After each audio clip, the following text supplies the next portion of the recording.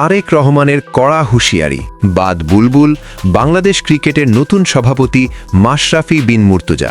দর্শক, বাংলাদেশ ক্রিকেটে এমন ভূমিকম্প আগে কখনো দেখা যায়নি। ২৪শে জুলাই গণ অভ্যুত্থানের পর যিনি ছিলেন পুরোপুরি আড়ালে, সেই মাশরাফি বিন মুর্তজা এবার ফিরলেন একেবারে কেন্দ্রবিন্দুতে। তবে মাঠে নয়, সরাসরি বোর্ড রুমে, বাংলাদেশ ক্রিকেট বোর্ডের সর্বোচ্চ চেয়ারে।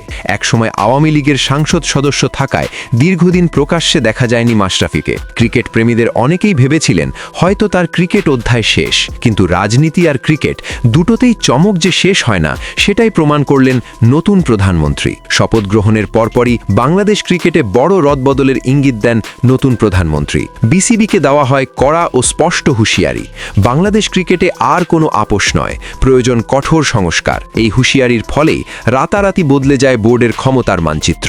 দীর্ঘদিন ধরে বিসিবির সভাপতি হিসেবে দায়িত্ব পালন করা আমিনুল ইসলাম বুলবুলকে সরিয়ে দেওয়ার সিদ্ধান্ত নেওয়া হয়। বোর্ড সূত্রে জানা যায়, নেতৃত্বের দুর্বলতা ও সময়োপযোগী সিদ্ধান্তের ঘাটতির কারণেই এই পরিবর্তন। এই সিদ্ধান্তে বিসিবির অন্দরমহলে তৈরি হয় তীব্র আলোড়ন। সব জল্পনার অবসান ঘটিয়ে ঘোষণা আসে, বাংলাদেশ ক্রিকেট বোর্ডের নতুন সভাপতি হিসেবে দায়িত্ব নিচ্ছেন মাশরাফি বিন মুর্তজা, যিনি মাঠে ছিলেন সাহস, আত্মত্যাগ আর নেতৃত্বের প্রতীক। এবার সেই গুণগুলোই কাজে লাগবে বোর্ড পরিচালনায়। বোর্ড সূত্রের ভাষ্য, মাশরাফির পপুলারিটি, নেতৃত্বগুণ আর খেলোয়াড়দের প্রতি দায়বদ্ধতায় তাকে এই পদের জন্য সবচেয়ে যোগ্য করে তুলেছে। ঘোষণার পর থেকেই ক্রিকেট অঙ্গনে ঝড়। ক্যাপ্টেন ফিরলেন, এবার বোর্ড বদলাবে।